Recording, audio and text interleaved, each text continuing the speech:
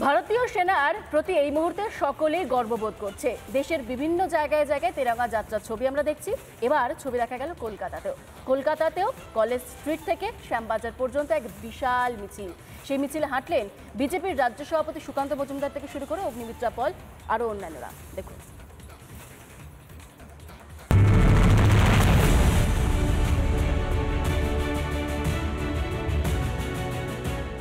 College street থেকে নেতাজি সুভাষচন্দ্র বসুর মূর্তি অর্থাৎ একদম শ্যামবাজার পাঁচমাথার মোড় পর্যন্ত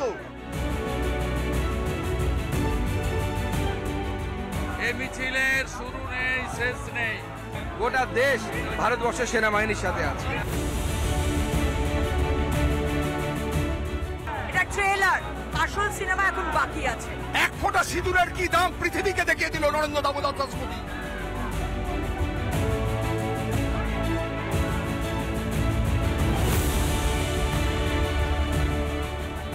সেনার সাফল্যকে উদযাপন করতে সাধু সন্তরা পা মেলান এই মিছিলে।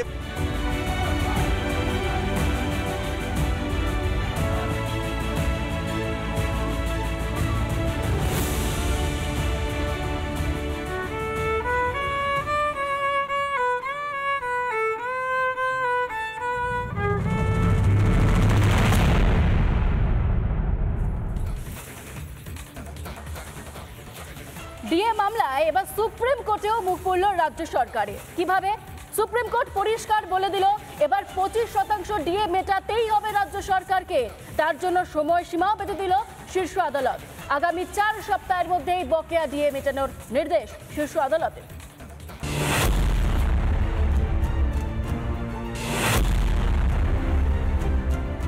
এটা আপামর পশ্চিমবঙ্গের যে রাজ্য কর্মচারীরা আছি, এটা আমাদের বিশাল বড় একটা জয়। এটা প্রমাণ হয়ে গেল যে এটা কিন্তু দয়ার দান নয়, এটা আমাদের প্রাপ্য অধিকার। মনে হচ্ছে একটা বিচারের দেরিতে হলেও বিচারটা আমরা পেলাম, খানিকটা, অর্ধেকটা পেলাম। আমাদের তো প্রায় 50% বা তার কতটাই বাকি। টাকা নেই বললে আর চলবে না। সরকারি কর্মীদের ন্যায্য অধিকার পূরণ করতেই হবে রাজ্য সরকারকে। এবার সুপ্রিম কোর্টও রাজ্যের সরকারি কর্মীদের পক্ষেই নির্দেশ দিল। সুপ্রিম নির্দেশ, আপাতত 25% বকেয়া ডিএ দিতেই হবে রাজ্যকে। 4 সপ্তাহের মধ্যেই ডিএ দিতে বলেছে শীর্ষ আদালত। পরে বাকিটা ডিসিশন হবে এবং জুলাই মাসে শুনানির দিন রেখেছেন। আমরা আনন্দিত না হলেও দুঃখিত নই, মোটামুটি খুশি আমরা যে আপাতত একটা রিলিফ পাওয়া গেছে এবং জয়ের জন্য যে লড়াই আমাদের, সেই লড়াইয়ের একটা দিশা আমরা দেখতে পেয়েছি। সুপ্রিম কোর্ট প্রথমে বলেছিল বকেয়া ডিএর 50% দিয়ে দিতে হবে রাজ্যকে। তখন রাজ্যের তরফে আইনজীবী অভিষেক মনু সিংভি জানান সেটা এখন সম্ভব নয়।